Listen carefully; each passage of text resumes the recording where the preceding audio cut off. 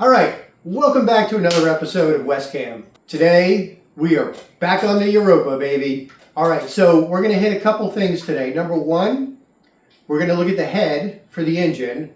I had to go through two heads to get one that worked. So I'll show you what I was up against. But I think we got a good head now, and that gives me the green light to finish that motor. Second thing we're going to do, we're shifting gears. We're doing some body moves on the Europa. I've decided I'm going to paint the car. The decision's been made, and I've already sanded out one of the door jambs, so there's no going back now. But today, I'm taking one of the doors in here. We're going to completely disassemble the door, all the guts out of the inside, the latches, the handles, the windows, the motor, you name it, it's coming out till we have a bare shell. And then I ran into a really big problem on the Europa. After I had the doors stripped, we take them out, we put them on the car, they don't fit. They're not even close. They're not even close. But there's a good ending to this story. I'm not going to tell you what it is. I was scratching my head for a long time, and I overlooked this very simple thing. And in hindsight, it makes total sense. But in the moment, when I'm trying to fit the doors, right over my head, clueless, didn't pick up on it. That's just the way it goes sometimes. Let's dive in. We're going to start with the heads, then do the doors, then go out and look at the body. We're making some progress, and we should have a lot of these Europa videos coming because there's a lot going on. The episode after this one, we're going to jump in and finish the engine, and then we'll do one on the brakes because we're completely redesigning the brake system for the car, tearing all that old stuff out. But enough of that. That's another video, so let's get going. Let's take a look at the heads. All right, let's take a look at these heads, because one is good, one is not so good. So this was the first one I took to the machine shop, and the valve guides in this were good. They were tight. The valves were tight inside the guides. So we did a valve job, and I picked it up, I brought it home. What I didn't notice when I dropped it off, and it's my fault, I totally should have seen this, but I didn't. Look at the corrosion. Corrosion on the surface, and that's pretty deep. If I were to have this surfaced, that's like 30 thou, maybe? I can't take that much off the head. So, and it has all the original valves, a little pitting on the valves, but not too bad. So I got it home, I was going to put the engine back together again, and then I saw that and I paused because it actually sits right where the combustion ring sits. Let me show you that. Alright, so when I put this gasket on, just roughly in the right place, you can see my combustion ring right here. It's falling directly on top of some of that corrosion, and that is not ideal. All right, so I booted on this one. The car came with another head, so I took a closer look at this one, took this to the machine shop, and let me show you what this looks like. So we got a much cleaner surface. This is good. This I can use. The problem with this head were the valve guides were very worn, so we went ahead and bought 8 new valve guides and 8 brand new valves, and we sized them perfectly. We got the clearances in the valve guides that we need, so I'd say this head is ready to go on finally, and we can start to get this motor back together again and hopefully fire it up pretty soon. All right, so we're going to attempt to strip this door down. Now, I'm not as familiar with Europas as I am Esprits, but I can already tell you from looking at this, Lotus like to do things a certain way, and there's a lot of consistency between these older Europas and the new Esprits, or the newer Esprits. You know, the interior door handle's the same, the latch on the door here, that's the same as the Esprit, and then you've got the metal rods that run inside. The Esprit does the same thing. However, the way the glass is mounted to the door is completely different. So, I'm sure there's a proper order of operations to take the door apart. I really don't know what that is. So I'm going to start with some low-hanging fruit. I'm just going to pull this off and loosen this up and try to get the window motor out. And then we'll go from there. I think after that we'll probably do the glass. So let's get to it. It's amazing how rough these things look just over the years.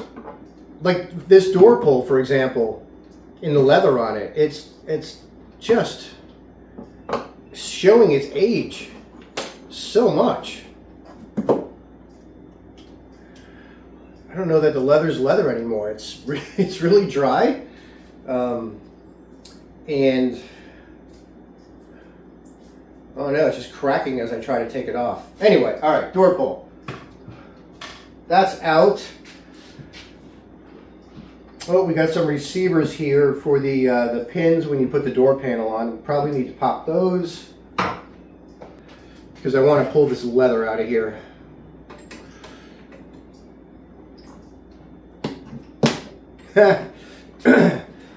Well,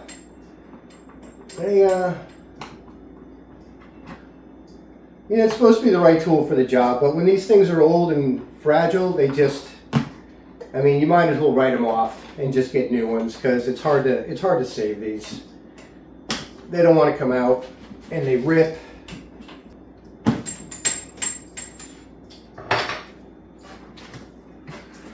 All right. I'm going to keep the leather to use as a pattern when I reupholster the interior. Be a good starting place. So I'm going to hang on to this. The foam I can pull out of there later. I'm going to undo this and see what happens.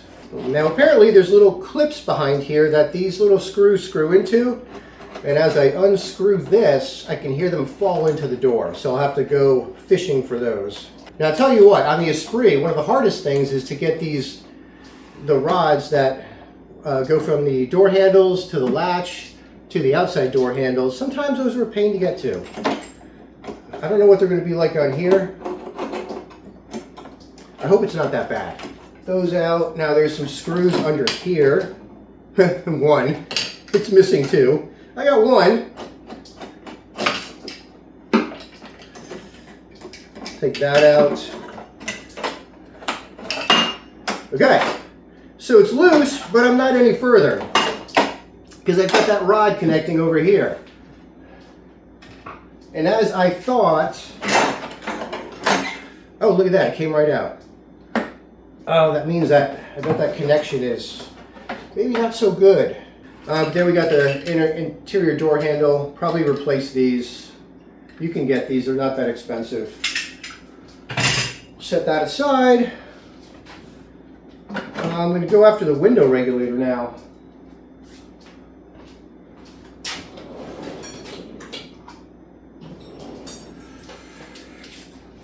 You know what else is weird on these cars I've noticed? The Esprit, everything is metric. But on these, there's a lot of US type bolts. Standard, like 5/16s, stuff like that. Which is odd. I wonder why they did that. I mean, I could see it on the motor because it was a Ford block, right? But for the body, it's odd that they used US spec nuts and bolts. What would you call that? Imperial as opposed to metric? Honestly, I prefer metric. But I've built my whole toolbox around metric, around Lotus.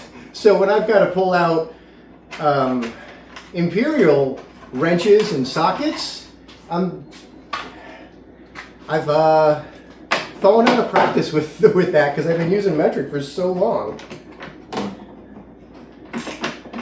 And these are probably English as well, but I got a 12mm socket. It seems to be working fine, so I'm going to go with this. Now I tested both of these motors. No good. No good. Don't know what's going on with them. I think they're just very, very old and very gummed up on the inside. And, you know, even you can hear them trying to work, trying to do their thing, but they just can't do their thing anymore. So I could rebuild these motors or I could punt and just buy new ones. Not sure what I'm going to do yet. All right, those are the 4 bolts right here that hold in the motor. I should be able to finagle it out of here now.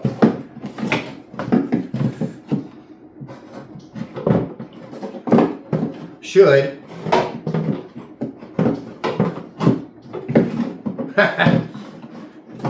I love jigsaw puzzles.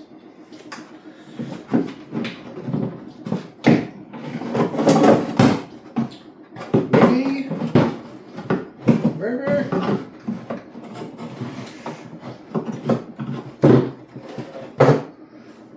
Well, I can't seem to get it out. God, it seems like I should be able to get this out of here. I'm going to try one more time.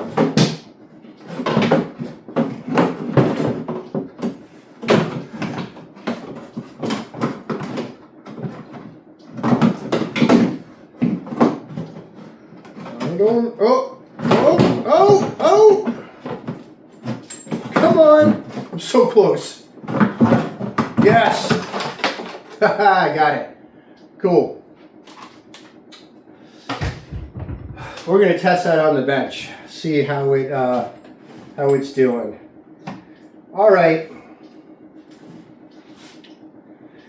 So before I go after this door latch, I do want to get the glass out because the channel where the window goes down is kind of right in the way of some of this stuff. So I think I'll try to pull that out. And it's weird. It's not held in by much.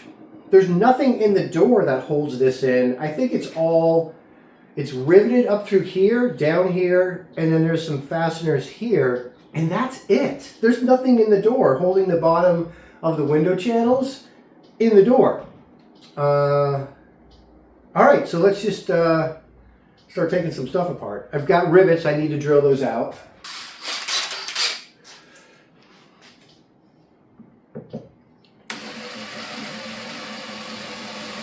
I know these need to come out.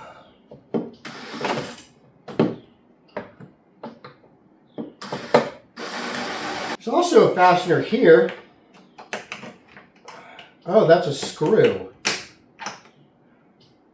Little Phillips head screw head right there.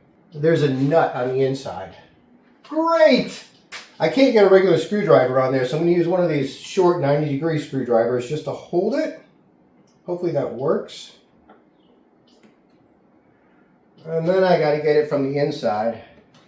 On the inside, they're a quarter inch nut. I'm just undoing the nut on the inside of the door. Got it loose. Now I can get it with my hand. All right. Now what? That's out. That's out.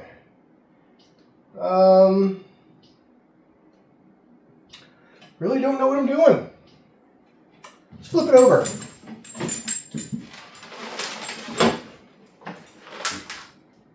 I know there's rivets in here, so I need to take the felt out of the window channel to get to those rivets to drill them out. All right, I got the window felt out. Kind of destroyed this one, but you know, that's okay. When you're doing a refresh on cars like this, you know, you want to spend your money where it counts. So suspension, engine, drivetrain, all that, I feel like it's got to be up to par. It's got to be really, really good. And then, you know, if you're not going crazy, you're not going for a concourse restoration, it's always a good idea to replace window felt because it's not that expensive. So you can get, you know, a roll of window felt and, you know, reinstall it in these channels, and it makes a big difference. Keeps the wind noise down the most we can. Nice little touches that make a difference for not a lot of money. All right, so anyway, I've exposed rivets in here and there. I have to drill them out.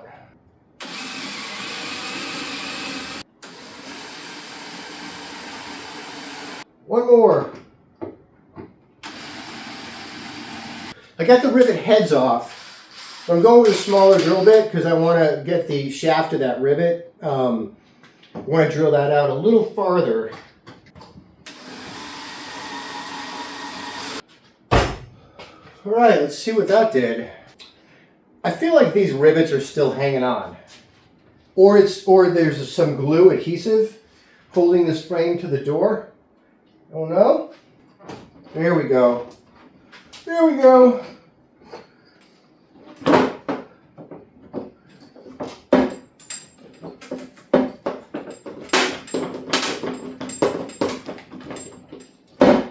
Wow, this little quarter triangle window, this thing just falls apart.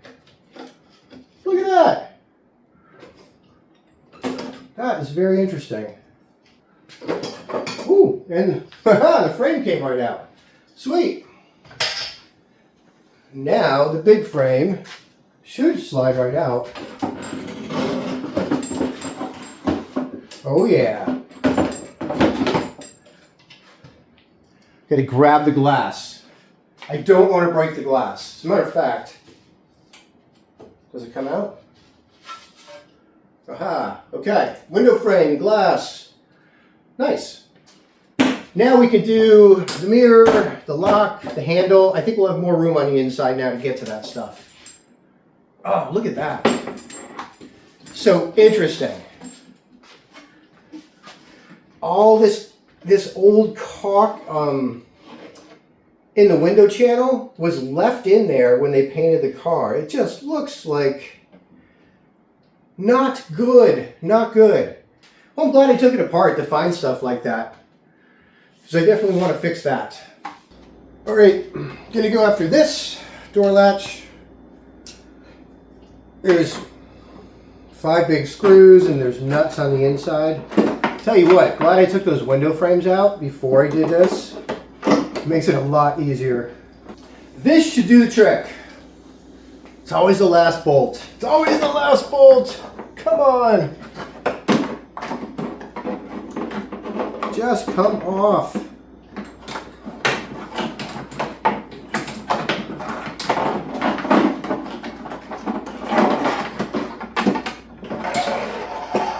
All right. These are those 2 rods that come up to the door handle here. If it's not the last nut or bolt, it's the last thing you take off. Why is it always the worst? Why? Why? Come on. Oh, I'm so close. All right, I think I have a door shell. There's nothing left. There's a couple things going on with the doors. They don't shut right. They overlap on the A-pillar, and I don't know why. I'm going to show you that in a minute.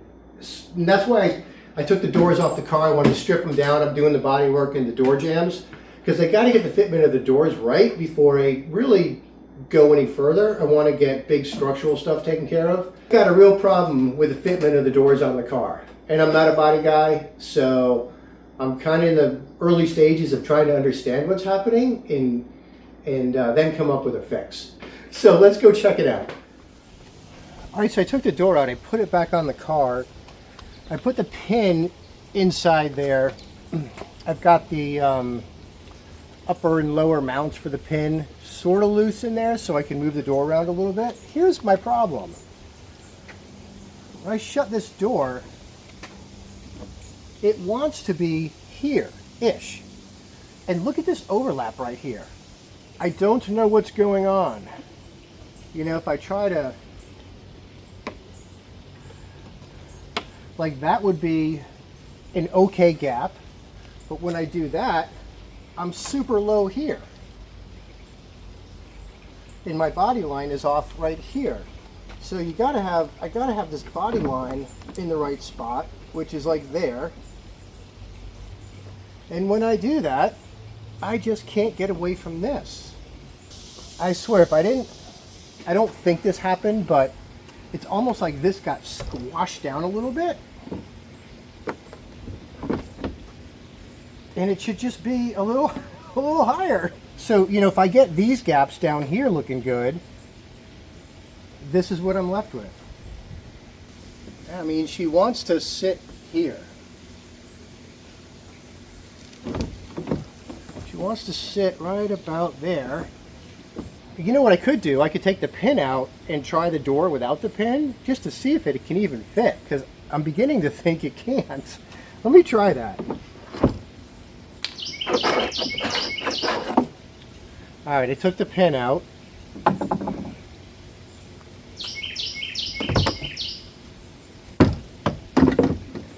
But if I line everything up, I just don't see how that door ever fits. Even if I close that up, I've got that door right in there. As it comes down, I get a huge gap, and as I go this way, I get a huge gap. Let's go look at the passenger side.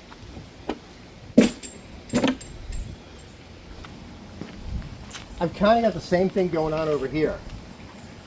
So same thing, door stripped. I've got a pin in there.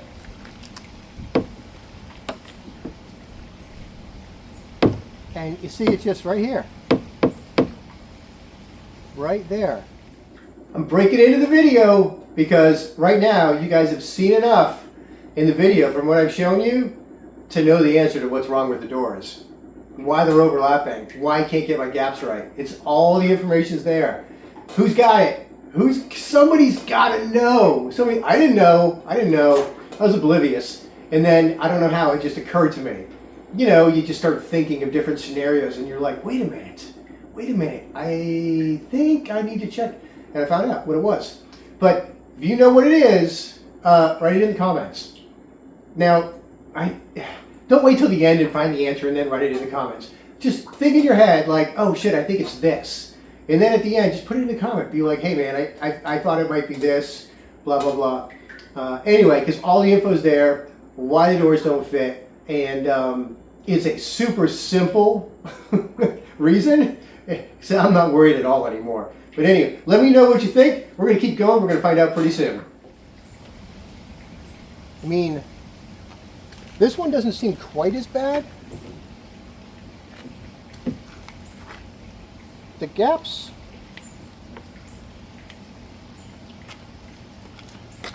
she's low. Kind of want it about there, height-wise. But when I do that, I get severe overlap right here. Like 1/8 of an inch overlap. That's a lot. And they got a big gap back here. All right, so enough of this. I'm kind of stuck here. You know, something else I'm up against is this roll bar. The body was cut to fit this roll bar in, and he actually cut all the way down the jamb, across the sill, and tied it back in there. He cut that whole thing out to get this roll bar in. I don't like that. That's not cool. But I can fix that.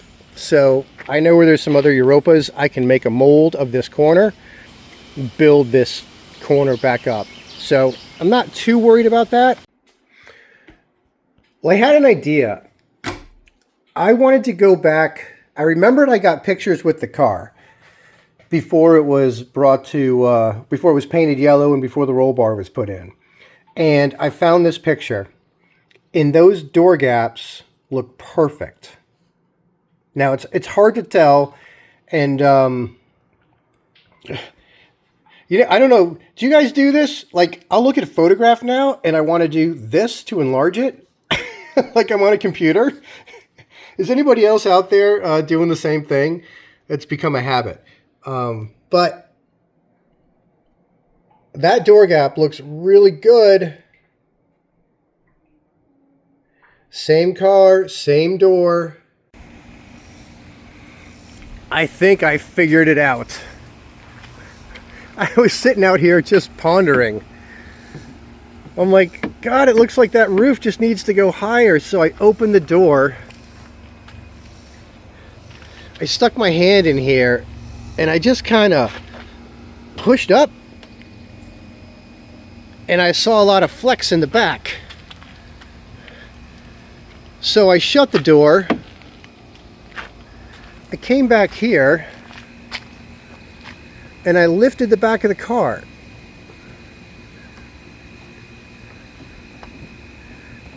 And when I do that, I see the gaps improve. So I think what's happening is because I've got it on this cart and I've got overhang on the back and overhang on the front, it's warping the body a little bit. So if I push down on the back, see that? Look at that gap. Watch this. Well, hard to see because I'm trying to do with one hand while holding the camera, but I think my problems are because it's not on the chassis. It's on this little rolling cart, and I've got flex. The body's doing some weird things, and I confirmed that. So I went back to a picture when I bought the car, when it was in the garage that the guy bought it from, and I zoomed in, and the gaps were okay. So, whew, I feel a lot better. I mean, it's not confirmed, but what I'd have to do is put the body back on the chassis and then do the door alignments on the chassis. And I think, I'm like, right now, 95% sure that's my problem. So I'm feeling a lot better and more confident now to keep on going with the project. So good news there, good news. All right. It's another dilemma for me. Do I take the roll bar out? I do not like that. I don't like that. And that was all filled up with Bondo, which was really, really soft Bondo. It was kind of like putty. It just came right out. So, and the roll bar comes straight down, and then it bolts right there. There was a bolt that went up into the bottom of the roll bar. My question is, I mean, how much protection is that roll bar giving? It's not mounted to the frame. Well, I guess that point mounts to the frame, I think, and it mounts to the frame there, but the ends do not. So I imagine it's a little bit of safety, but I'm on the fence. Do I take it out or do I leave it in? I don't know, guys. Let me know what you think. So I can't believe it. All that worrying I did. It turns out it's just sagging on the cart. It's just, and when it's on the frame, it's going to be just fine. So disaster averted. Thank God for that. I'm not worried about the door fitment anymore. They're going to look great, but I am worried about rebuilding those door jambs where that roll bar is. But let me know in the comments. Do I keep the roll bar? Do I trash the roll bar and rebuild the door jambs?